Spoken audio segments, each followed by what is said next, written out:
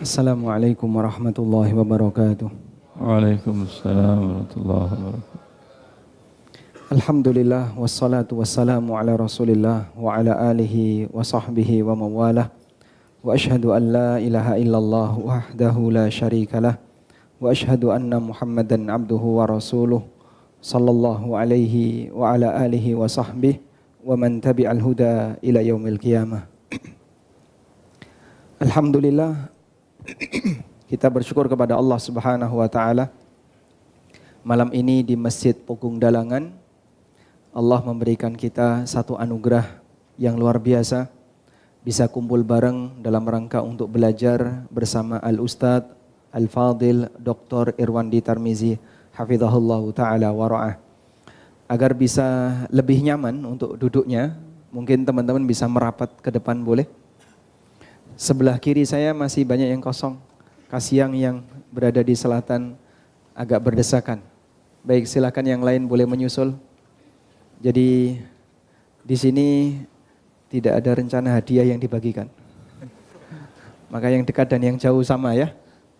Baik, silakan merapat. Alhamdulillah. Untuk kali ini yang hadir di kajian MPD cukup banyak. Biasanya yang datang mahasiswa mungkin hanya sepertiga dari sekarang, Ustaz. Jadi sekarang 3 kali lipat. Mungkin dosennya juga ikut datang. As-sulus wa sulusu katsir. As-sul'ana. Jadi sekarang yang datang 3 kali lipat dibandingkan biasanya. Dan ini salah satu di antara bukti bahwa teman-teman Jogja sudah lama merindukan Al-Ustadz Irwandi untuk bisa hadir di forum kita sehingga sama-sama bisa memberikan arahan berkaitan dengan masalah muamalah. Masjid ini cukup dekat dengan UGM. Kanan kirinya adalah para mahasiswa yang mereka rata-rata kuliah di UGM dan mungkin dominan jamaah dari masjid ini adalah mahasiswa UGM. Masya Allah. Kali ini kita akan membahas tentang diskusi, karena judulnya adalah talk show fikih muamalah, berarti nanti kita perbanyak tanya jawab.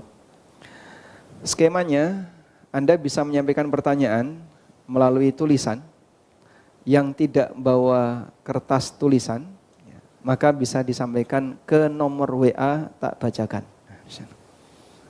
Bukan nomor pribadi saya ya. Baik, saya pinjam nomor CS. Nanti WA ke saya. Nanti bisa dikirim ke nomor 0822 3487 8870. 0822 3487 8870. Nomor ini hanya berlaku malam ini. Jadi kalau Anda kirim pertanyaan atau apapun di waktu yang lain tidak akan direspon. Baik. Sebagai muqaddimah Ustadz, mereka pengen ngerti tentang kalau mau belajar fikih muamalah dari mulai dasar Ustadz. Kira-kira materi apa yang perlu diketahui? Nah, jazakallahu khair. Assalamualaikum warahmatullahi wabarakatuh. Waalaikumsalam warahmatullahi wabarakatuh. Alhamdulillahirabbil alamin wa bihi nasta'in wassalatu wassalamu ala nabiyyina Muhammadin wa alihi wa sahbihi ajma'in wa ba'du. Dia ada yang pengen belajar, yang ada memang dituntut wajib Anda pelajari. Yang lebih prioritas tentu mana yang wajib Anda pelajari dari fikih muamalat. Kalau mau pengen terserah, mau dari belakang, mau dari depan terserah. Tapi ada yang wajib, itu tidak bisa Anda skip dalam hidup. Yaitu transaksi muamalat apa yang akan Anda kerjakan. Haram Anda melakukan ini sebelum Anda mengetahui ketentuan Allah, aturan Allah dalam hal ini, apa yang Allah halalkan dan apa yang Allah haramkan. Yang Allah halalkan, Anda maksimalkan untuk mendapatkan harta yang halal. Yang Allah haramkan, tidak ada pilihan kecuali Anda cut, Anda batal, Anda cancel transaksi tersebut walau nilai rupiah dan labanya besar.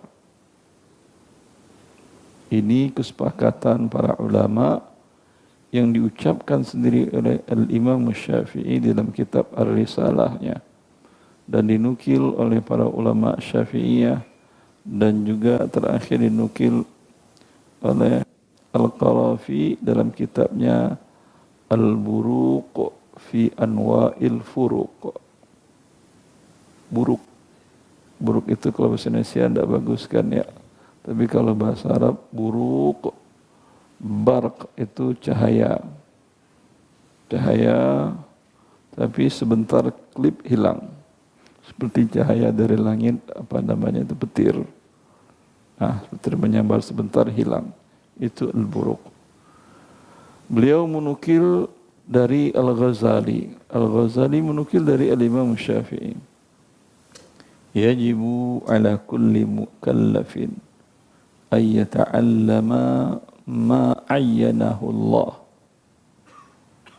In kana yabi' fayata'allamu ma ayyanahu Allah fi bay'ihi. Fa in ajara yata'ayyanu ay yata'allama ma ayyanahu Allah fil ijara. Fa in qarada yata'ayyanu ay yata'allama ma ayyanahu Allahu fil qirat. Wajib bagi setiap manusia yang sudah baligh, sudah berakal, mukallaf, untuk mengetahui apa yang Allah tentukan dalam transaksi dia. Bila dia sekarang membeli atau menjual, wajib dia ketahui dalam transaksi ini tentang aturan Allah. Tentang membeli ini dan menjual ini. Beli yang lain, jual yang lain tidak. Yang beli yang ini, jual yang ini, itu wajib. Anda mau beli emas, punya aturan sendiri dalam agama Allah. Wajib Anda pelajari apa aturan Allah dalam transaksi beli emas dengan rupiah. Di antaranya yadan biyadin, harus tunai, serahkan rupiah, terima emas. Serahkan emas, terima rupiah. Ada kekhususan sendiri. Ya. Kemudian jika dia sewa menyewa, jual beli jasa, dan ini banyak. Anda sebagai karyawan, sebagai buruh, itu menjual jasa Anda. Atau Anda mempekerjakan orang, baik asisten pribadi, asisten rumah tangga, atau supir, atau lain-lainnya. Anda menyewa jasa dia, membeli jasa dia. Menyewa rumah, membeli jasa, menempati rumahnya. Wajib Anda mengetahui ketentuan dan aturan Allah dalam hal ini sebelum Anda melakukan transaksi. Ya, agar ketika halal Anda lakukan, ketika haram Anda tinggalkan. Datang penawaran dari lembaga ribawi atau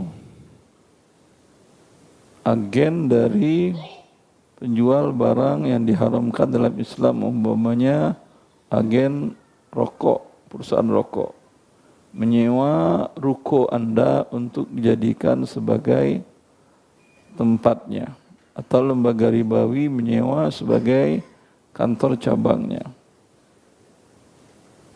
Ya, wajib Anda ketahui ketentuan Allah dalam hal ini. Bila dilarang Allah, Anda tolak. Kalau dibolehkan oleh Allah, Anda lakukanlah transaksinya. Itu diantara contohnya. Fa in qarat bila dia mau investasi. Dia punya dana uang dingin, ingin dikembangkan. Ingin invest ke salah seorang temannya yang dikenal baik, dia profesional dalam mengelolanya dan orangnya amanah. Dibuktikan dengan laporan keuangan yang sudah diaudit. Dan dari tampak luar juga kelihatan aktivitas di tempat usahanya, dahulu karyawannya 2, sekarang udah 20. Kelihatan. Ya. Maka Anda ingin invest, atau Anda sendiri yang punya usaha ingin penambahan modal, ingin mengajak orang investasi ke Anda. Anda wajib mengetahui ketentuan Allah dalam hal ini. Ini dan transaksi lainnya sesuai dengan kebutuhan Anda. Ini bukan pengen belajar. Ini perintah. Dan hukumnya wajib. Imam Syafi'i kemudian melanjutkan, "Faman ta'allama wa 'amila falahu ajran." Siapa yang mempelajarinya sebelum dia melakukan dan mengamalkannya sesuai dengan ketentuan Allah, dapat dia 2 pahala. Pahala pertama, dia melakukan perintah Allah. Allah mewajibkan dia belajar. Fas'alu ahla dzikri in kuntum la ta'lamun.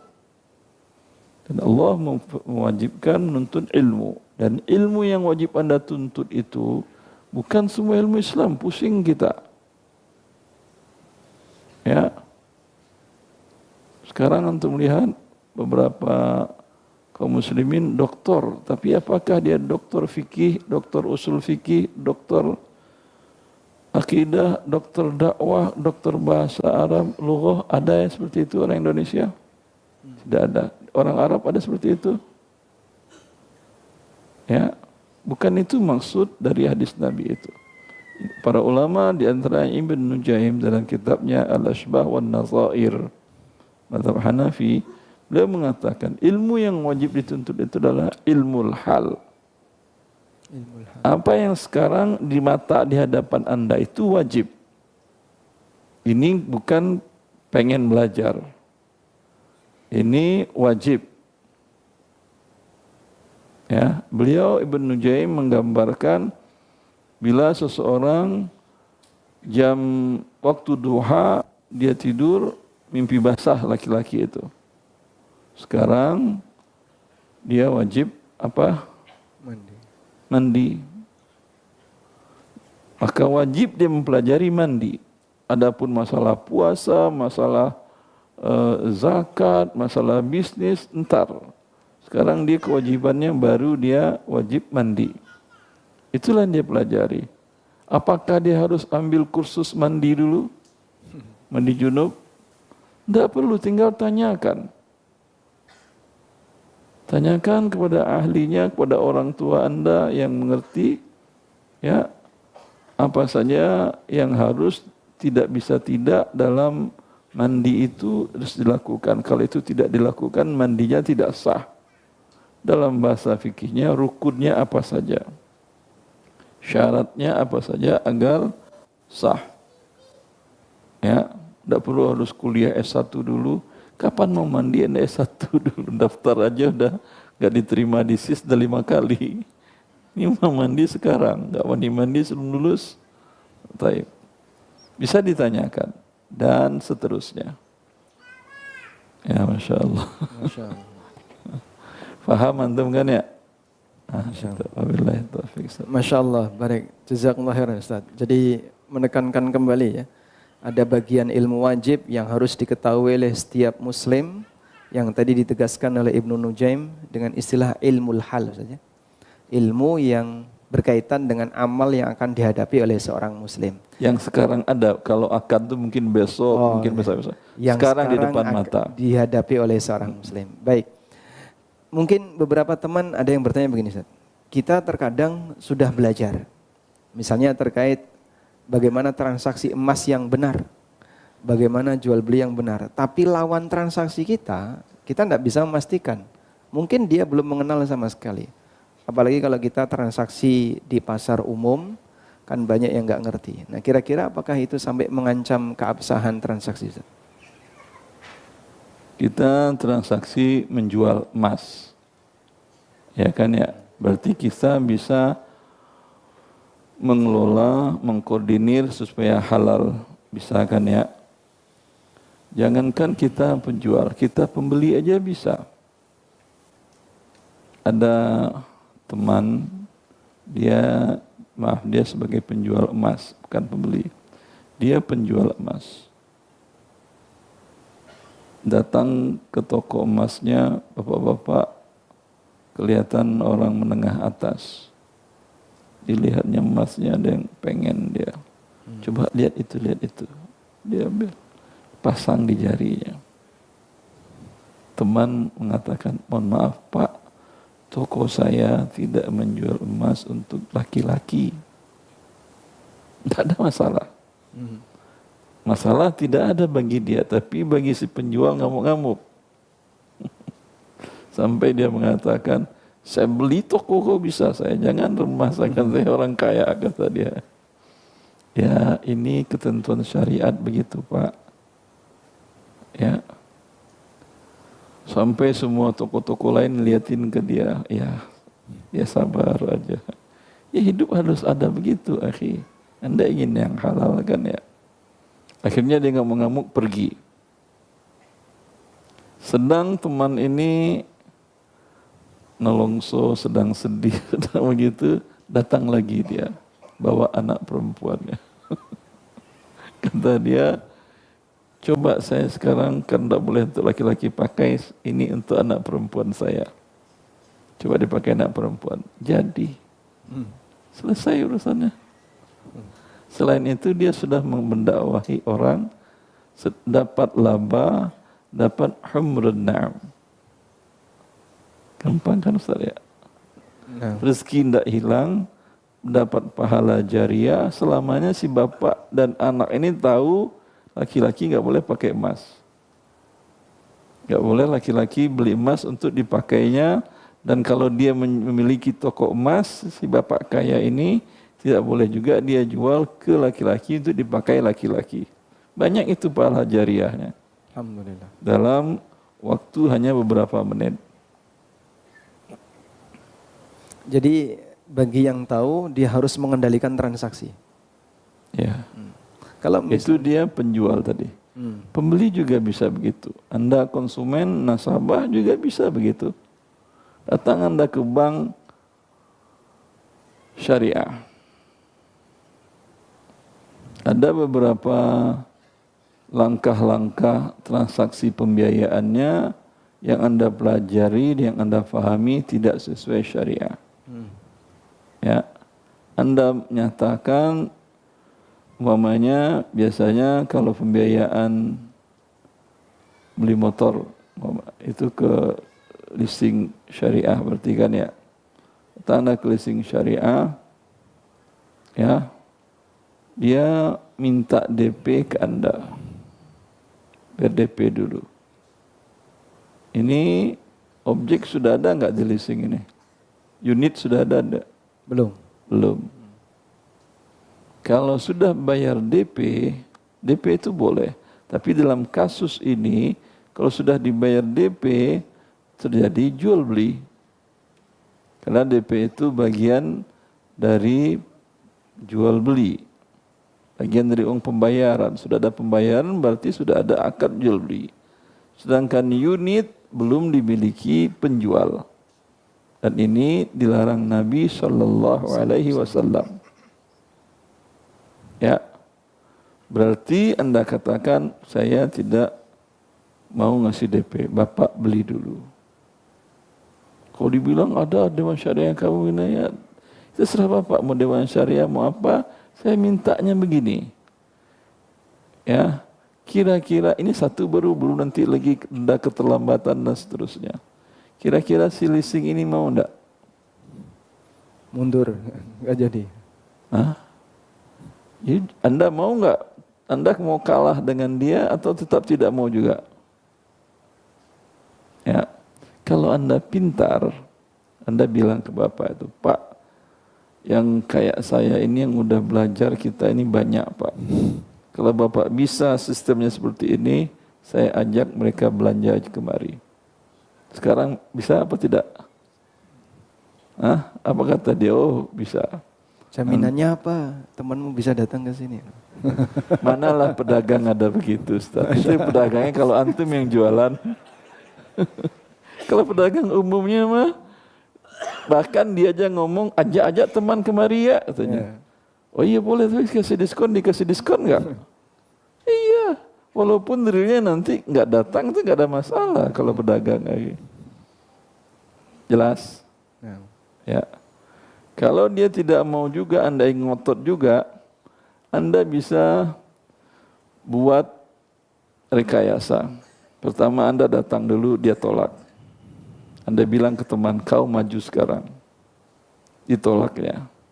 Besok Anda bilang ke teman ketiga, maju kau minta skema yang sama. Dia tolak lagi atau berpikir dia?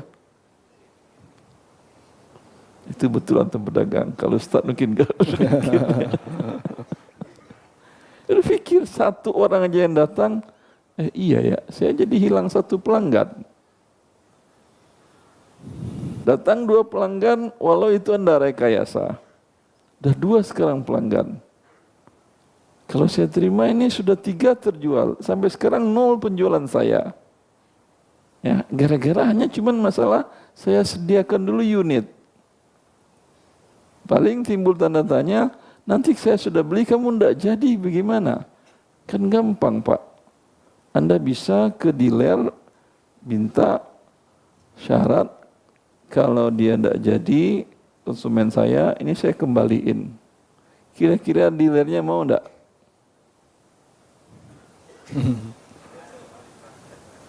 Hah?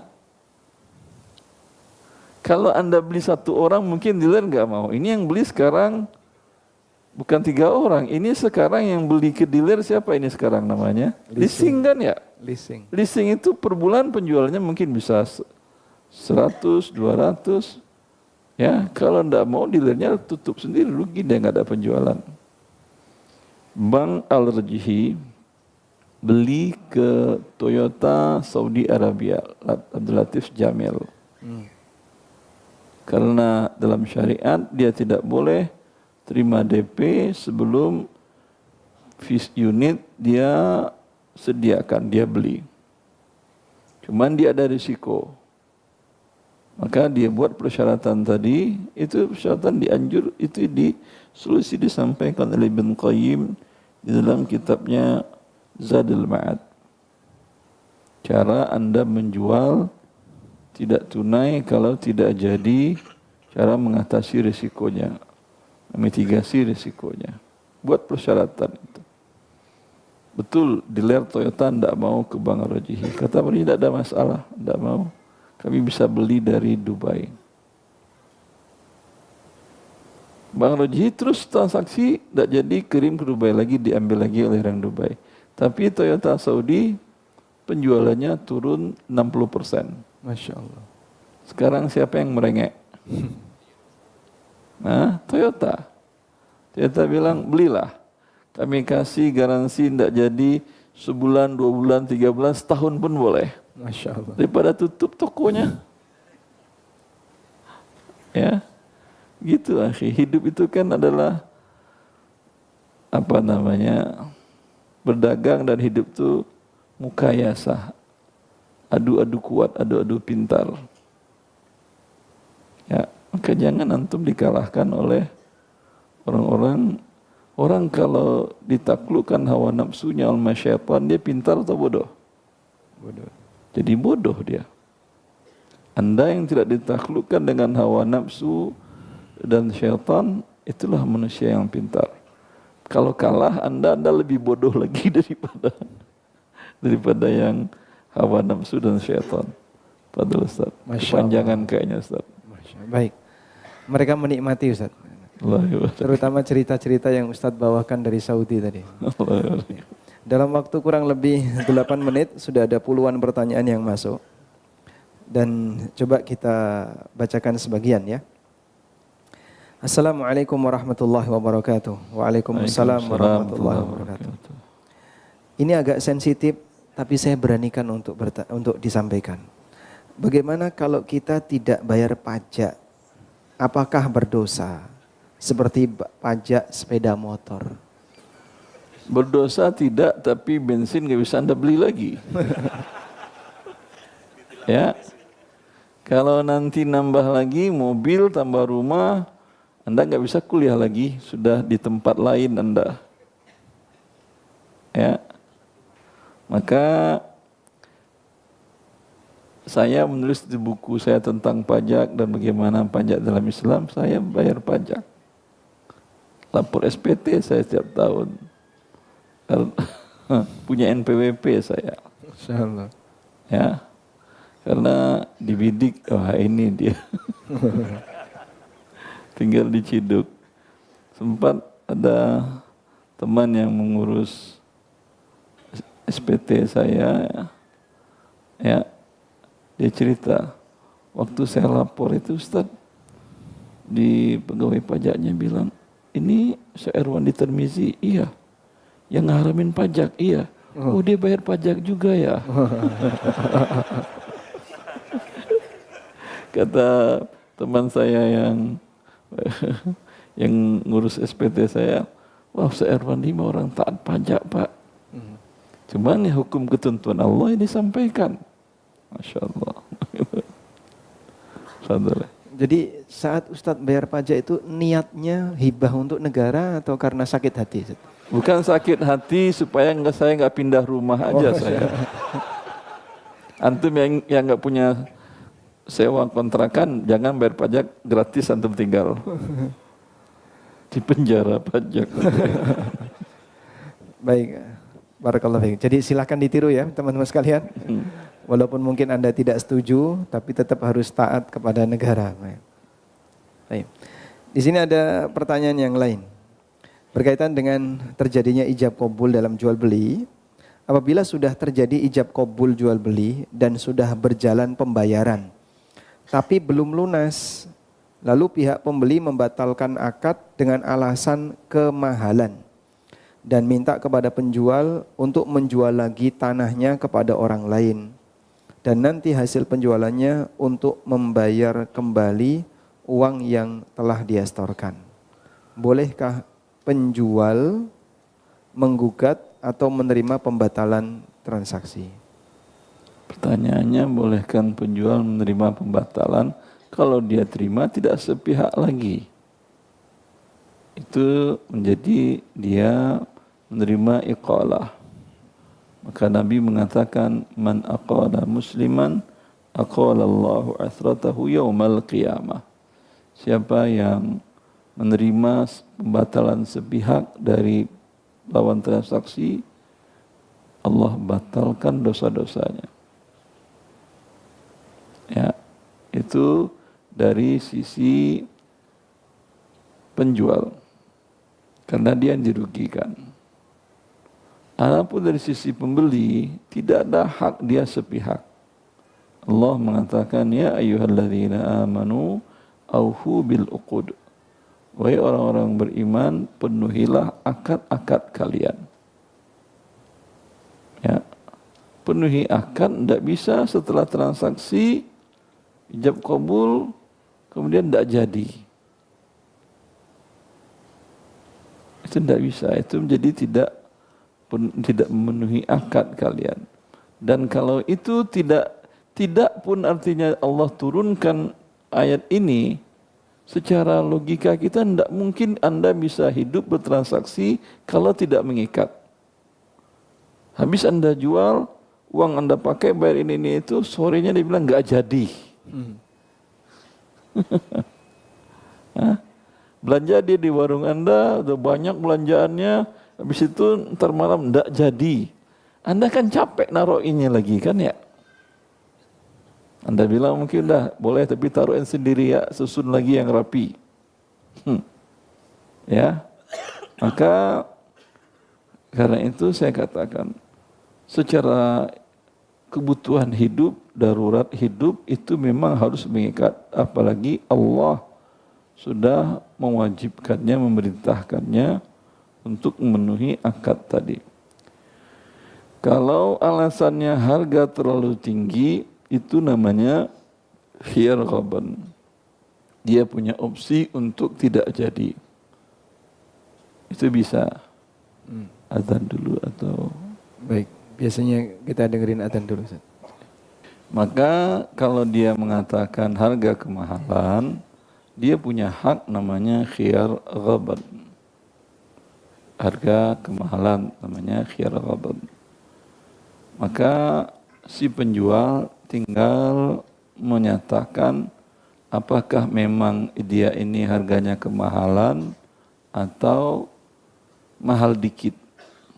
Apa batasannya untuk bisa menyatakan kemahalan? Ya. Kalau seperti Anda tahu sendirilah, kalau Anda ke tempat-tempat wisata, ya, tahu-tahu makan mie telur rebus 200.000. Padahal di seluruh warung di Indonesia nggak ada yang segitu harga, hanya di situ saja. Itu Indonesia juga dia, hanya di situ saja. Ini namanya khaban fahish, besar selisih kemahalannya.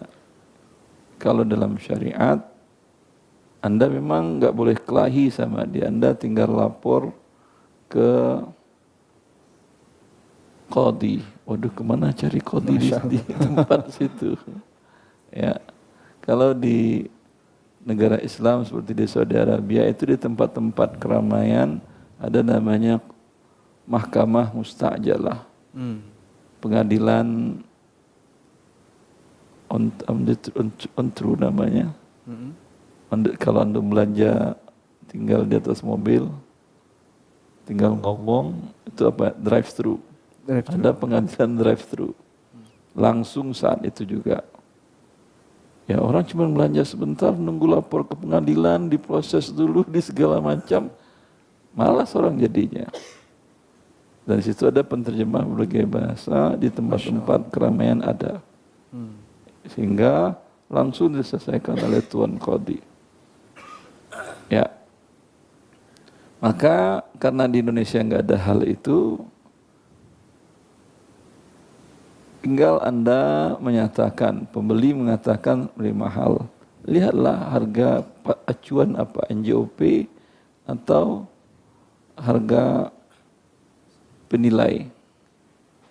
Karena biasanya jasa penilai publik kan ya, kantor jasa penilai publik KJPP. Ya, tanya ke dia, betulkah ini kemahalan? Kemahalannya berapa persen dari harga pasar? Di titik dekat situ yang mirip-mirip, kata dia, memang ada sih. Dia transaksinya 2 juta. Di situ ada yang 1,9, ada yang 2,3. Selisihnya 100 ke bawah, 300 ke atas. Itu masih kecil. Berapa ukuran besar? Dalam mazhab Maliki, 1/3. Tadi umpamanya harga umumnya 2 juta. 1/3 dari 2 juta berapa? 700 misalnya. 680 misalnya. 670.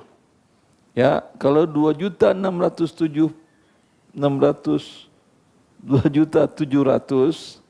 itu bisa dia mengatakan saya ketipu. Bisa dia datang ke pengadilan untuk membatalkan itu. Ya. Fungsi pengadilan apa? Agar nggak kelahi ya.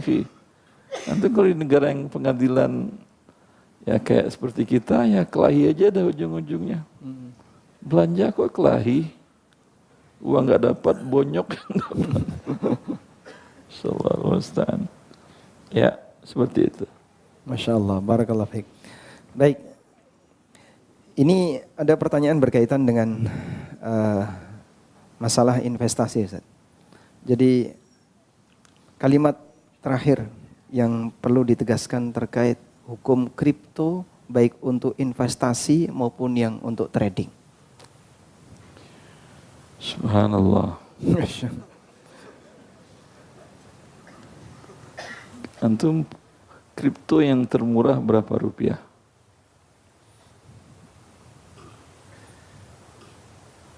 kripto termurah saya punya Ustaz.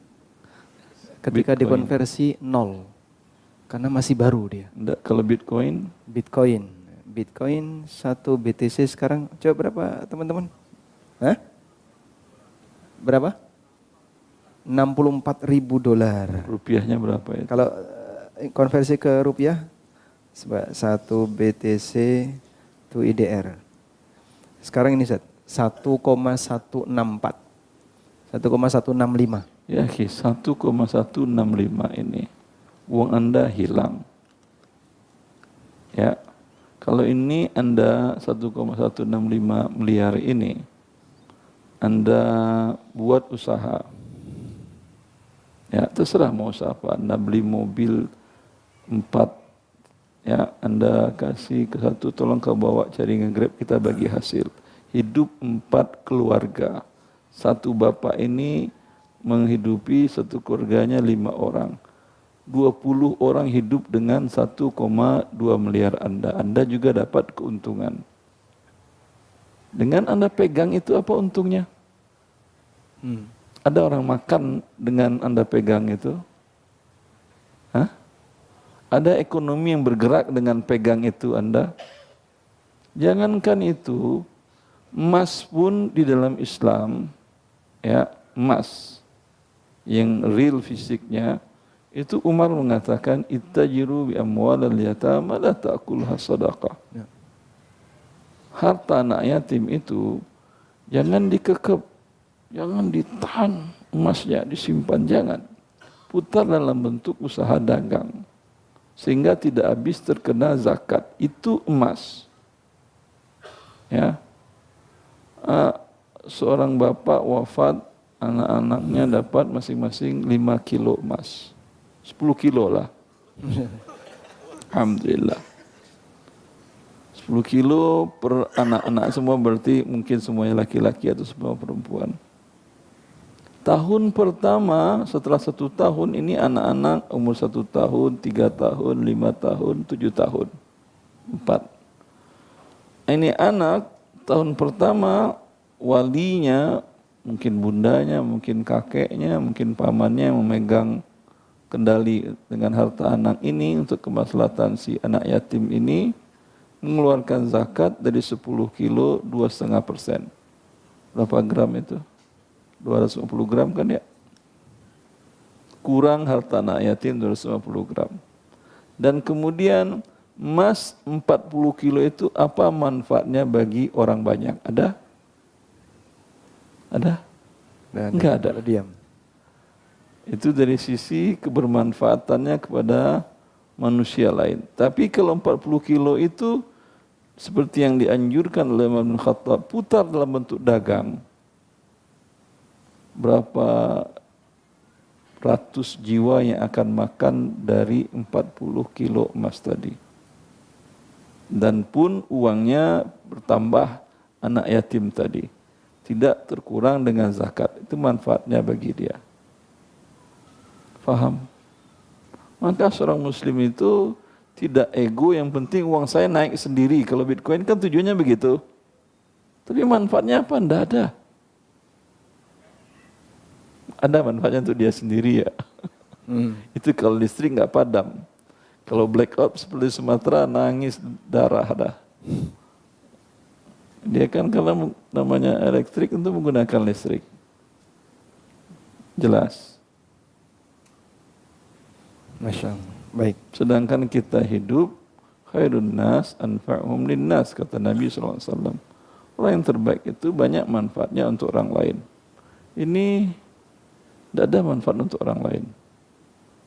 Untuk dia sendiri ketar-ketir dia. Ya. Allahul musta'an alaihi tuklan. Kira-kira dengan Profesor pertimbangan Dr. Az-Zaid menulis tentang Bitcoin khusus dan cryptocurrency dalam satu bukunya, baru dicetak. Itu dicetak oleh Jam'iyah Fiqhiyah Saudiyah, Asosiasi Ulama Asosiasi Fikih Saudi Arabia, berpusat di Riyadh, di kampus saya. Dulu Jamiatul Imam. tulisannya tentang Bitcoin. Kesimpulannya kata beliau, ini Bitcoin kalau dia uang tidak bisa uang. Syarat uang itu diakui negara dan dipertukarkan oleh manusia. Dan sampai sekarang Republik Indonesia tidak mengakui sebagai uang kan ya. Sebagai barang atau jasa, barang dan jasa itu ada manfaatnya. Kalau jasa rumah, jasanya bisa ditempatin. Kalau barang, beras bisa dimakan. Besi, barang bisa dipakai. Nah sekarang Bitcoin masuk yang mana? Uang jelas tidak. Manfaatnya ada. Bisa tidur Anda dalam Bitcoin? Tidak bisa. Bisa bangun, dipasang dia di dinding rumah jadi bangun rumah? Tidak bisa. Tapi saya yang penting ingin kaya sendiri ya, urus sendirilah. Dan beliau mengatakan seperti itu juga, tidak halal itu Bitcoin. Ini intinya, orang untuk mendapatkan 1,2 mungkin jual rumah segala macam. Berharap nanti tinggi. Karena kenaikan properti saya mungkin nggak sampai seperti itu. Begitu kan ya? Dia kasih Anda yang tidak ada manfaatnya.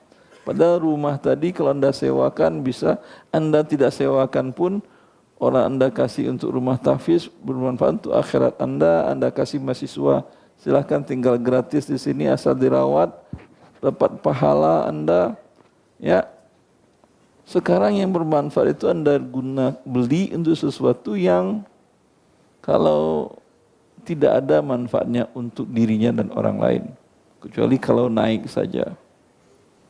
Rugi apa tidak Anda? Ini dinamakan dengan takaddusul amwal. Penguasaan harta orang banyak ke beberapa orang ini saja.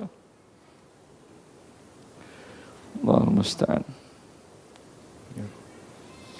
Kira-kira kalau investasi di situ atau trading sampai disebut judi nggak?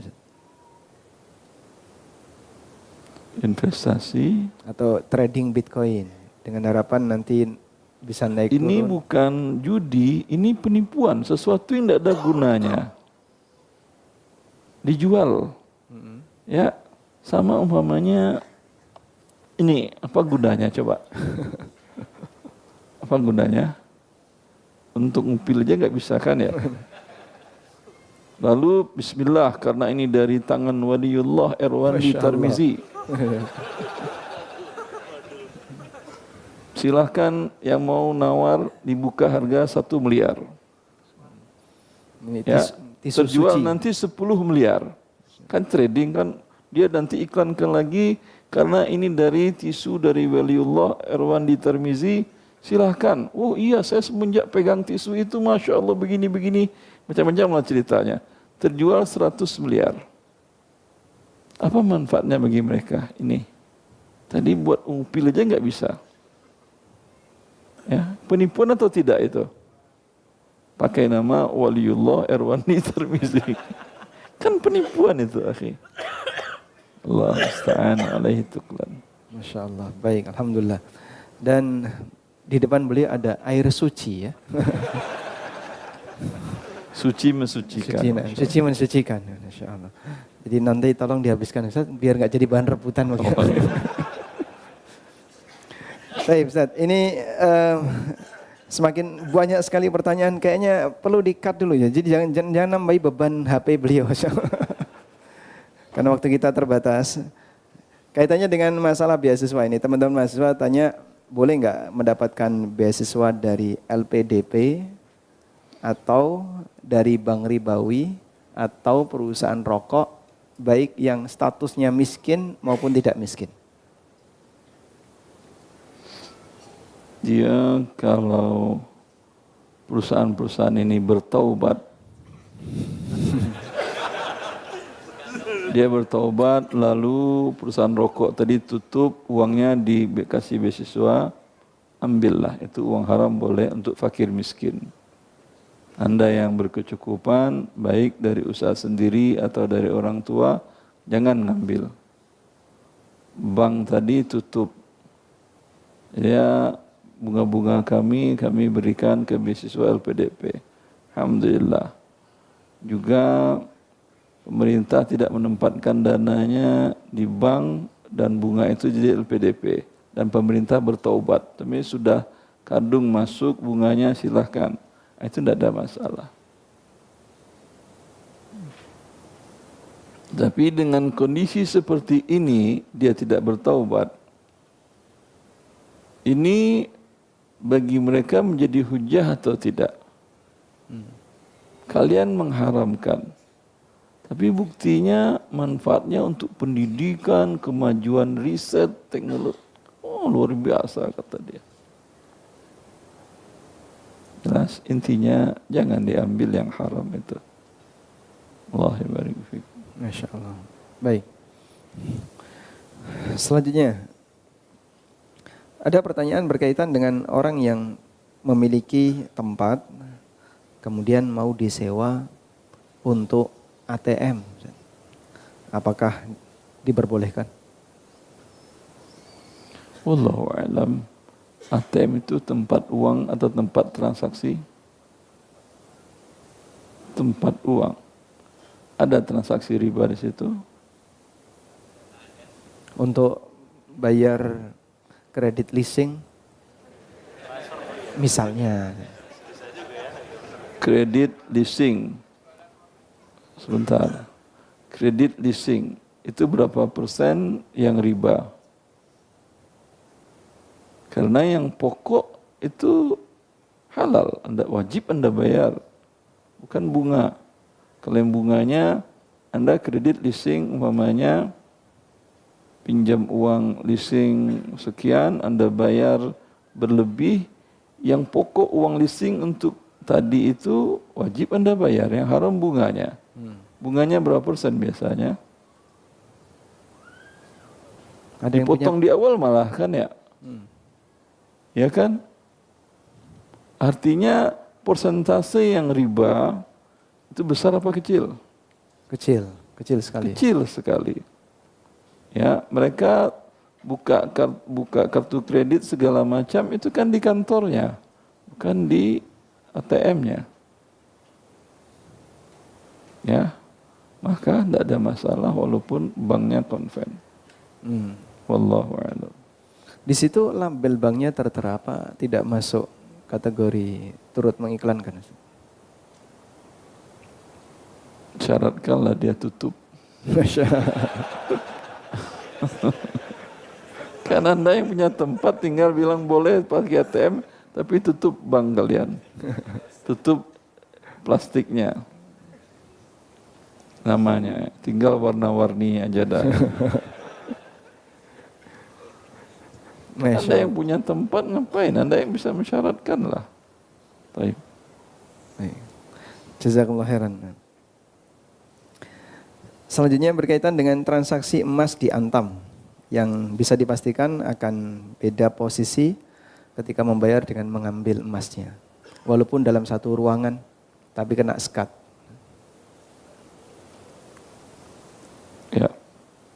Yang yadan biyadin itu tangan satu menyerahkan, tangan satu menerima. Kalau dia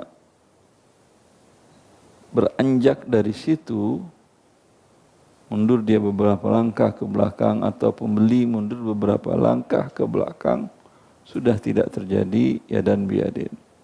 Seperti yang dikatakan oleh Ibnu Umar, taqahqara qalilan. Ibnu Umar bila dia belanja, dulu kan nggak ada ruangan segala macam, lapak doang. Ya, beliau kalau dah belanja mundur beberapa langkah ke belakang dari tempat lapak itu, menunjukkan sudah selesai, tidak ada lagi khiyar majlis. Itu khiyar majlis. Dan yadan biyadin lebih kuat daripada satu majlis. Wabillahi taufiq. Walhasil tidak terjadi yadan biyadin masuk dalam yang dikatakan Nabi SAW riba. Masya Allah. Baik, Masya Allah. Mungkin teman-teman yang sudah terlanjur Ustaz, pernah beli emas Antam dengan digerai dengan cara seperti tadi. Sesuatu yang diharamkan oleh Allah Azza wa Jal itu transaksinya tidak diakui oleh syariat, oleh Allah. Bila tidak diakui oleh Allah, berarti perpindahan barang dan uang ke lain pihak tidak diakui. Statusnya apa? Emas di tangan Anda barang rampasan, ghasab. Uang Anda di tangan dia, ghasab. Solusinya buat akad baru lagi. Sekarang kan emas sudah di tangan Anda, uang di tangan dia. Telepon, Pak, saya beli. Ya, apa ini? Dia bilangnya saya jual ya, udah selesai urusan. Alhamdulillah. Selesai gampang kan? Akad diulangi, by phone, Apa aja lah. Ini kan sekarang kan emas ini udah ya dan biadin. sudah. Ya. Tinggal diulangi. By phone boleh apa boleh? Walaupun uangnya tidak dikeluarkan. Kan sudah di tangan dia. Nah, Tangan pemilik emas. Berarti sudah kan? taib. Terkait jual beli emas secara online. Posisi penjual dan pembeli di posisi berjauhan. Penjual mengirim emas terlebih dahulu ke pembeli Dalam akadnya. untuk dititipkan. Setelah Titip kalau hilang nggak tanggung jawab. Nah. Kemudian pembeli mentransfer sejumlah uang, Akadnya titip juga. hilang nggak tanggung jawab juga. Setelah itu, setelah uang dan emas tiba di Kalau masing-masing. titip hilang nggak tanggung jawab kan ya. Anda nitip motor ke kang parkir. Hilang. Masa gara-gara 2.000 kang parkir harus ganti 200 juta. Ya. Jelas. Baik. Maka yang boleh dipinjamkan. Hmm. Saya pinjamkan. Artinya boleh pinjam dengan nitip. Bedanya kalau pinjam boleh dia pakai menjadi milik dia. Saat itu namanya ada yang nawarin emas, uang yang masuk dia pakai dulu dijualnya karena sudah jadi milik dia pinjaman. Kalau pinjaman tinggal muqassah, tinggal set off sama mereka. Saya pinjamkan uang di kamu, iya. Saya pinjamkan emas di kamu, iya. Sekarang deal harganya kalau naik turun selesaikan dulu. Kalau deal harganya ya udah uang yang saya pinjamkan ke kamu, saya belikan ke emas yang kamu ada di saya. Ya, saya jual emas saya di kamu dengan uang kamu yang ada di saya. Alhamdulillah. Dan itu solusi yang ditawarkan oleh ma'ayir syariah. Diawali akad utang dulu, setelah itu diakadkan jual beli. Walaupun Akad dulu, baru setelah itu diakadkan jual beli. walaupun niat dari awal sebenarnya memang untuk jual beli, Ustaz. Ya. Walaupun niat awalnya adalah jual beli. Masya Allah. Baik. Jazakallah khairan. Nah. Di sini ada yang bertanya tentang masih pajak lagi nih, masih banyak sekali. Tapi kayaknya perlu juga untuk ditegaskan ya. Bagaimana jika kita tidak balik nama atas nama kita, tetap pakai nama lama, namun tanpa sepengetahuan pemilik lama, agar selama pajak 5 tahunan itu tidak lebih berat biayanya. Ulangi. Bagaimana kalau Biasanya setelah 5 tahun kan harus ganti plat. terus Dia beli mobil pakai nama penjual sebelumnya. Tapi beli dia mobil pakai enggak balik nama. nggak balik nama. Terus? Dan penjual sebelumnya nggak tahu. Penjualnya nggak tahu kalau dia nggak balik nama. Terus Jadinya dia cuman bayar ganti plat saja, tidak ganti nama. enggak paham saya. Nah. Dia ganti plat tapi enggak ganti nama. Ya. Ya rugilah dialah. Karena kalau balik nama lebih mahal, Ustaz. Lebih rugilah dia udah beli tapi nama masih orang. Anggap orang itu meninggal. Tidak ada balik nama. Ahli warisnya nuntut, enggak ada jual belinya. Itu masih nama ayah kami. Gimana? Beresiko ya. Ya, lebih baik mana bayar pajak daripada mobil hilang. Baik, Masya Allah. Alhamdulillah. Baik, selanjutnya. Bertanya tentang hukum reseller sebagai bentuk usaha marketing untuk orang yang mencarikan konsumen untuk usaha kita. Bagaimana jika reseller tersebut ternyata bekerja pada sebuah perusahaan yang melakukan order kepada kita? Kayaknya agak sulit, Bang. Saya cari yang lain aja. Masya Allah, baik Ustaz. Ini terlalu banyak ini. Cari yang mudah-mudah untuk muridnya. Allah. Saya seorang ketua RT. Ada warga yang minta surat keterangan usaha untuk pengajuan utang di bank. Jika saya berikan surat keterangan tersebut, apakah termasuk tolong-menolong dalam praktek riba? Iya, betul. Masya Allah. Iya. Pertanyaannya bagus, tinggal jawab iya dan tidak kan ya. Iya. Resign sekarang saja. Kenapa resign? Ketua RT-nya. Dia iya itu berdosa sehingga dia bilang enggak ada, saya enggak ngeluarin keterangan untuk ke bank. Tapi kalau keterangan umum dia warga saya ya saya kasih. Walaupun Pak RT tahu pasti akan dipakai untuk utang. Kalau keterangan umum tidak ada kepada bank segala macam, ya itu kan kewajiban dia ngasih. Keterangan domisili. Keterangan domisili. Meskipun tadi Tapi dia kalau cerita. dia dari awal terus terang, Pak saya mau ngajukan kredit ke bank, ya ini minta keterangan, ini Pak RT ya tolak. Tapi kalau dia datang Pak RT buatkan, ada orang yang begitu datang ke Pak RT saya mengajukan kredit ke bank buatin surat domisili, enggak kan ya? Dia hanya minta Pak buatin surat domisili. Pun Pak RT jangan nyinyir juga, kasih aja udah. Kalau tahu malah anda berdosa, tidak jadi. Masya Allah. Jadi Pak RT perlu pasang di depan, jangan sebutkan tujuan Anda. Boleh juga. Taib. Selanjutnya, Ustaz, berkaitan dengan investasi di dunia saham, kira-kira batasan seperti apa kita diperbolehkan bermain di dunia saham? Apa yang maksud bermain itu? Trading atau dividen? Short sell atau anda option atau future atau forward? Beda-beda itu. Dari sekian banyak pilihan itu yang perlu diwaspadai yang mana, Ustaz? Semuanya haram. Kecuali hanya trading yang emiten dari saham itu perusahaannya nol pinjaman riba, kemudian tidak menempatkan dana di bank riba, kegiatannya tidak ada yang haram. Ya, maka untuk memfilter ini Anda mungkin butuh 2 bulan. Baca laporan keuangannya, nggak ketemu, ini aman. 1 bulan 1. Lagi baru invest di situ.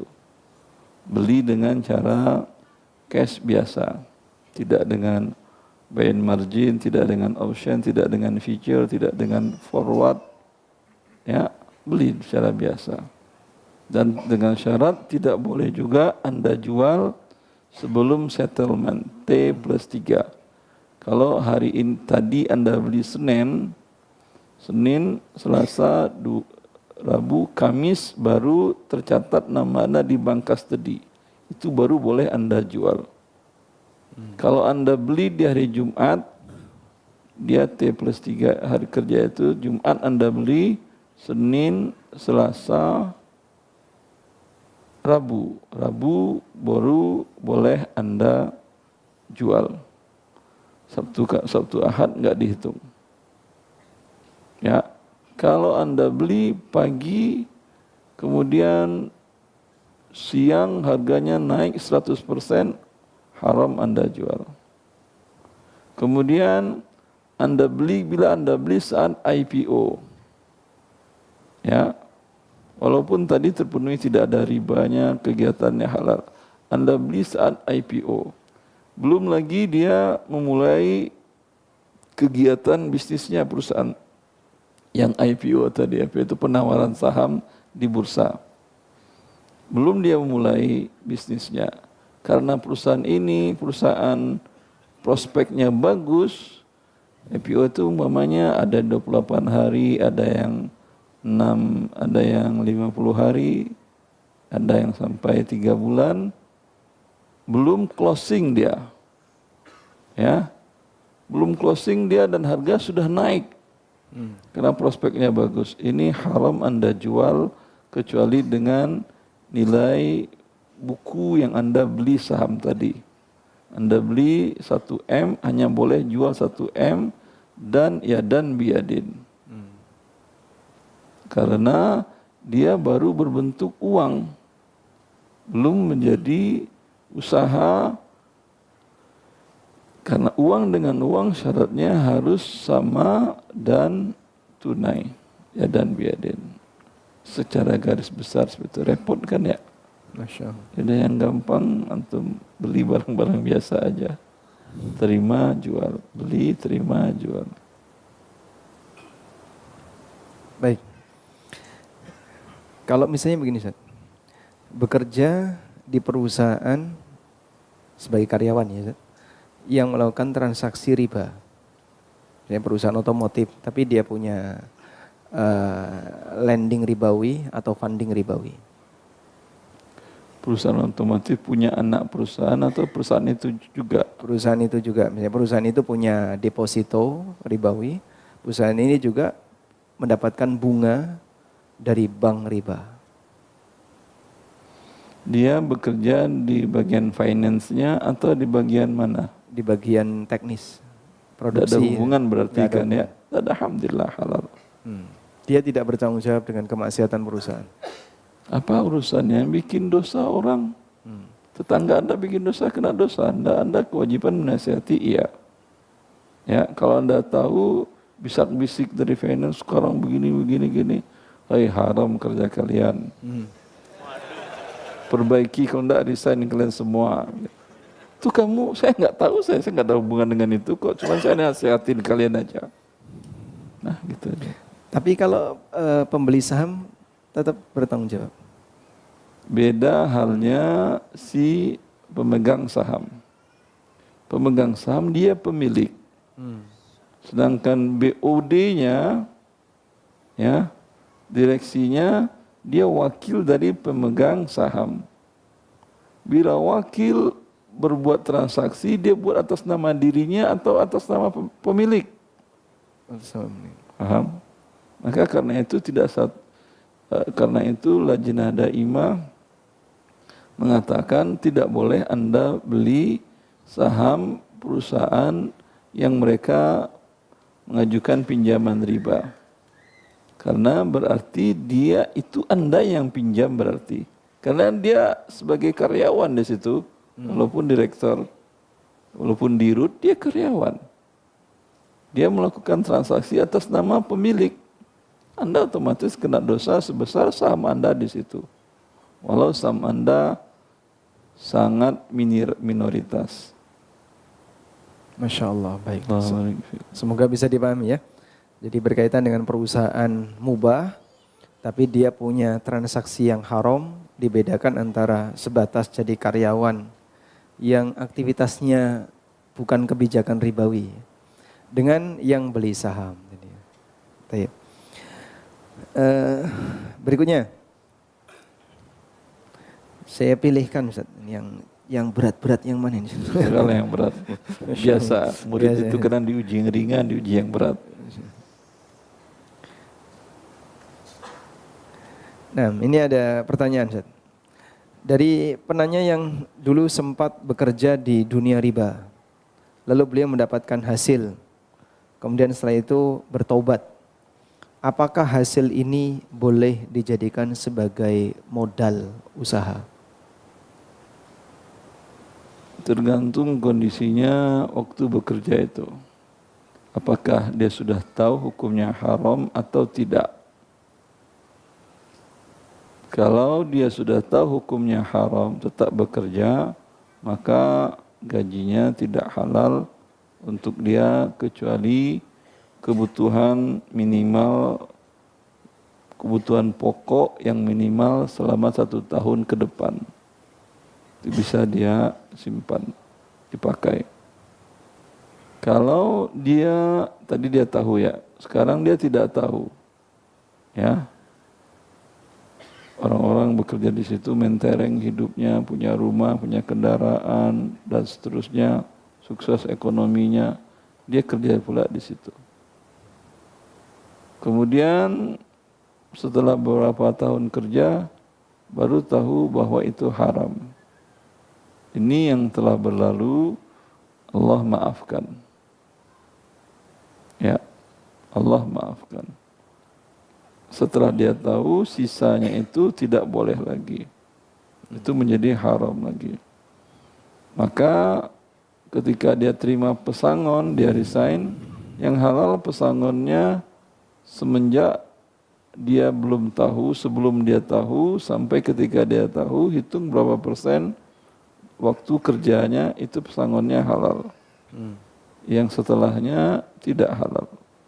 Diberikan kepada fakir miskin. Kalau sampai pensiun nggak tahu, apakah pensiunannya halal? Dia tahu setelah pensiun. Tapi dia tinggal di mana nih Ustaz? Kalau di pedalaman Irian Jaya masih masuk akal. Dengan syarat dia tinggal di pedalaman Irian Jaya, tidak punya jet-jet, tidak punya gawai, tidak lihat internet, itu mungkin. Ya, kalau dia tinggal di seperti kita di perkotaan, di desa yang ada fasilitas itu semua, itu salah satu bank besar di Indonesia, karyawannya resign itu ada sekitar 18.000. Masya Allah. Karena ada dulu mailing list namanya. Apa namanya? Mailing list, milis namanya. Milis ya. Milis. Mailing list di sesama antar bank kan ada apa namanya? Media komunikasi sama pegawai. Satu dapat ilmu tersebar ke semuanya, 18.000 yang resign. Ya. Makanya pertanyaannya ini, si bapak tinggal di mana? Kenapa dia tidak tahu? Baik, Allah barik. Nah, beliau usianya sudah sepuh. Jadi kenal tentang bank itu riba baru sekitar tahun 2020 atau 2010 lah, ya, lebih awal. Cuman pensiun beliau di 2009. Selama dari 2009 sampai dari awal kerja tidak tahu sama sekali, nggak ada informasi. Ya. Dakwah tentang anti riba ini kan belakangan, Ustaz. Dulu belum mengenal sama sekali.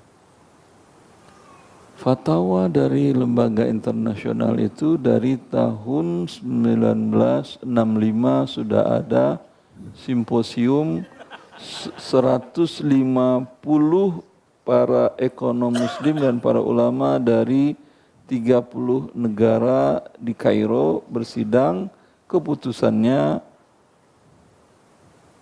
riba meminjam dan menempatkan dana di bank.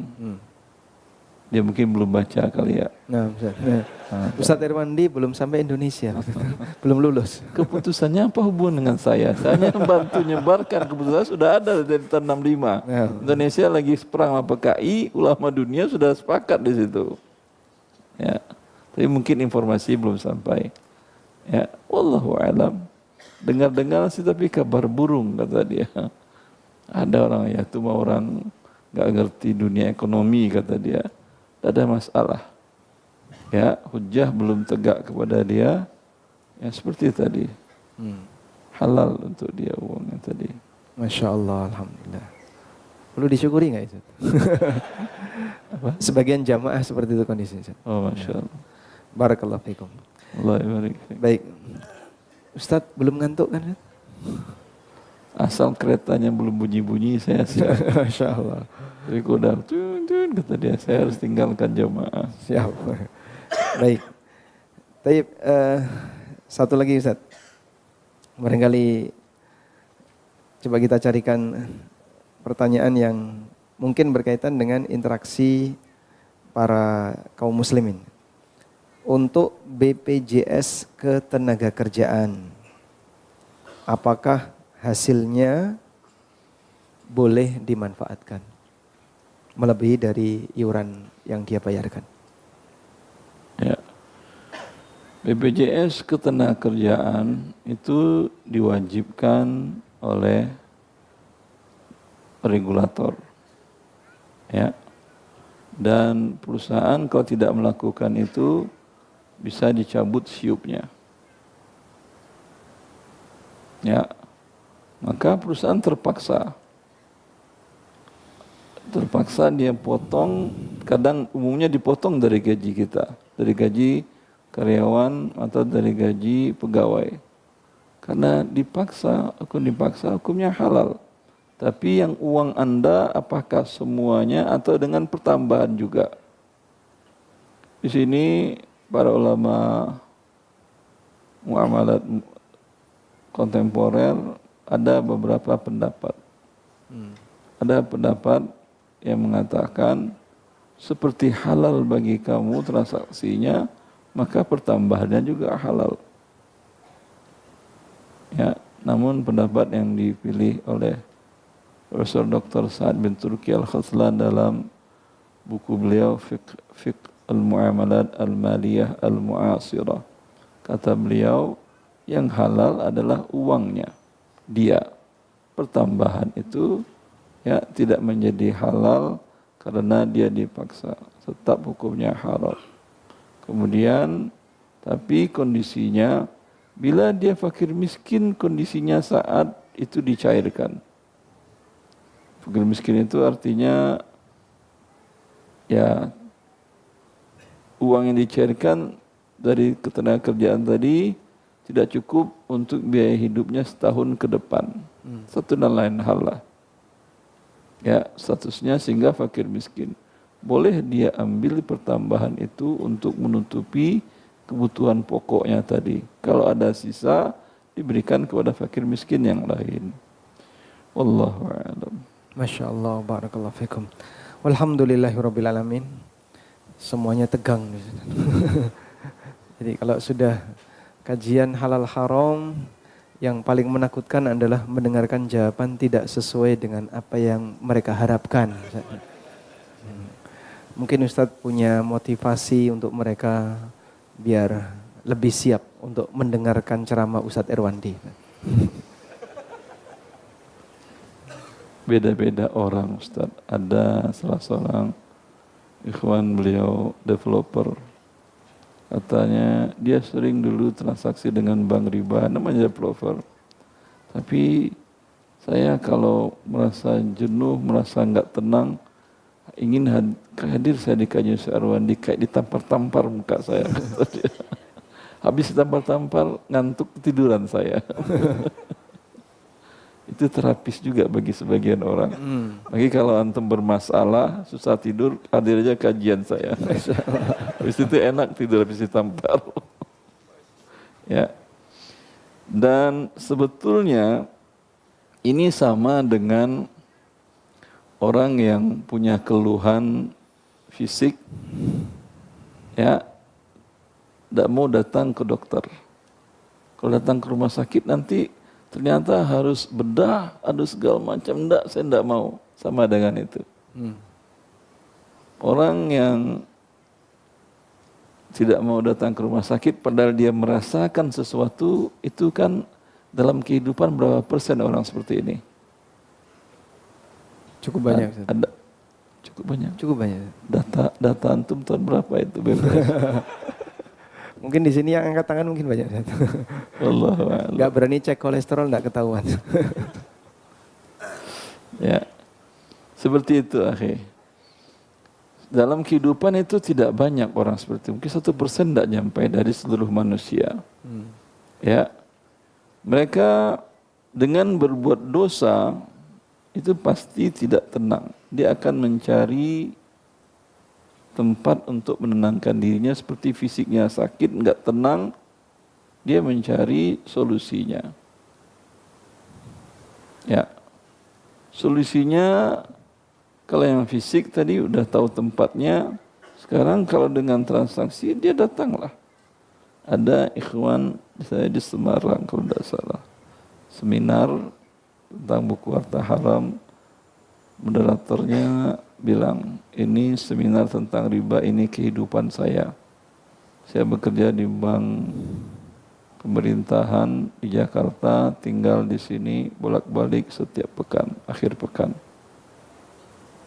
Selama puluhan tahun, 20 atau 30 tahun saya bekerja di bank itu, setiap hari saya makan Panadol. Pusing. Ya, pusing. Sampai suatu ketika ada yang bilang, kamu kerja tempat yang haram, tempat riba, ya iyalah. Coba kamu resign.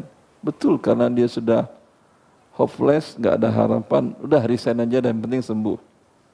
Ternyata betul. Semulai hari saya resign sampai sekarang tidak pernah saya makan Panadol lagi.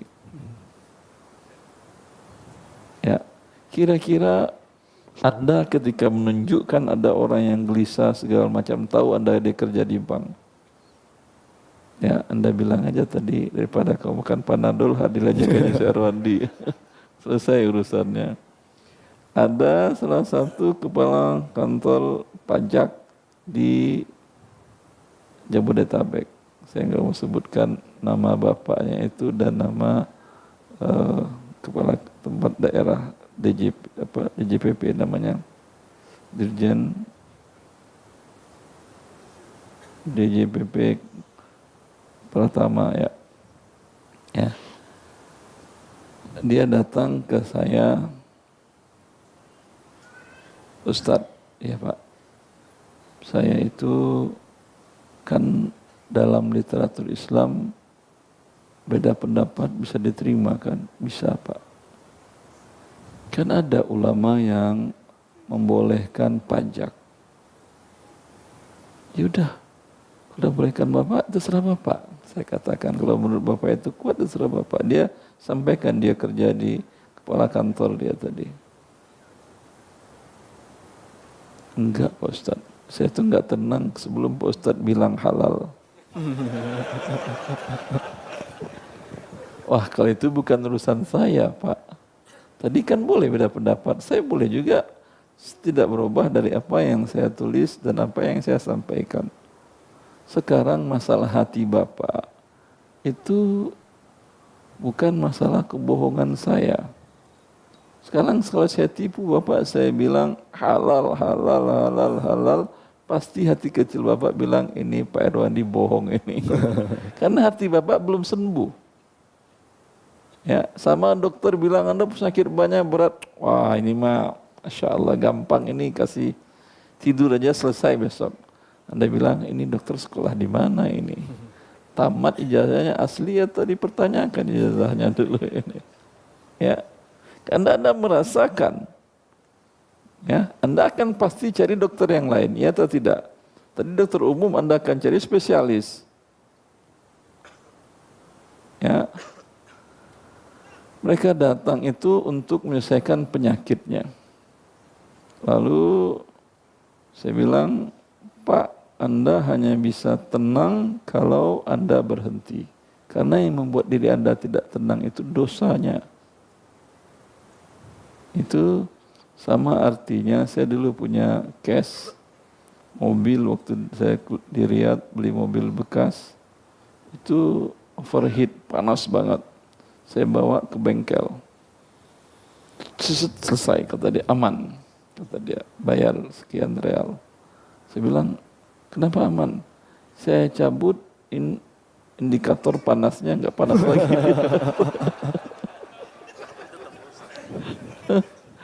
Iya, indikatornya nggak panas, tapi nanti langsung meledak. Kalau saya di dalam, saya ikut jadi abu. Ya, sama dengan itu tadi. Saya bohongin hati dia halal, halal, halal, dia langsung meledak.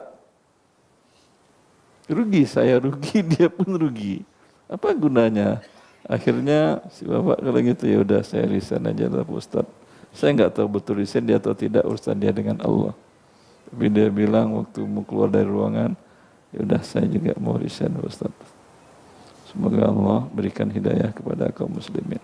Amin. Maka yang perlu berobat silahkan datang ke kajian saya. Masya Allah. Baik, jazakallah khairan Ustaz atas semua materi yang Ustaz sampaikan dan kita berdoa kepada Allah semoga Allah menjaga beliau, memberkahi ilmu beliau dan bisa menyebarkan dakwah tentang masalah halal haram ini kepada masyarakat luas baik yang ada di Indonesia maupun di tempat yang lain. Dan selanjutnya kita mohon kepada Allah semoga Allah memberkahi apa yang kita jalankan sore ini. Wassallallahu ala nabiyyina Muhammadin wa ala alihi wa sahbihi wasallam. Wa akhiru da'wana alhamdulillahi rabbil alamin. Wassalamualaikum warahmatullahi wabarakatuh. Assalamualaikum.